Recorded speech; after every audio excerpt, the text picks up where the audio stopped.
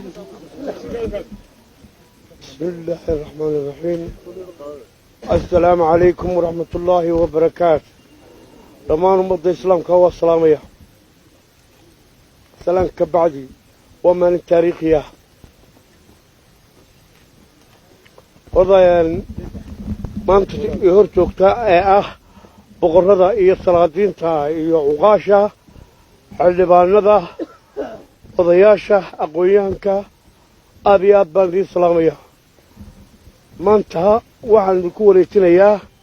ciidankii jabhadii dulmadiid oo fadhiya si dhab ah oo mugle ayaan idinku wareejinaya iyagoo saraakiishooda wata aqoonyahankooda wata intaas waa intaa idinkana waxaan idinkula dardaarayaa saraakiishaas waa ku soo tacabnay inay halkana gaarsiisaan qoraydh intaa ka bacdi taliyaha ciidanka qaranka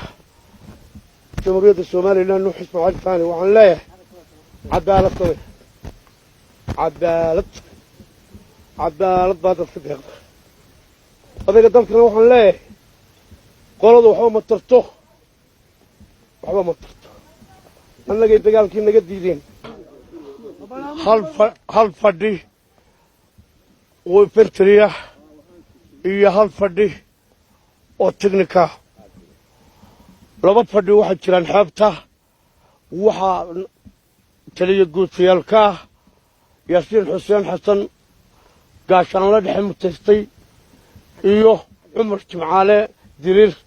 oo isna gaashaanle dhexe mutaysto laba guuto xeebaha jooga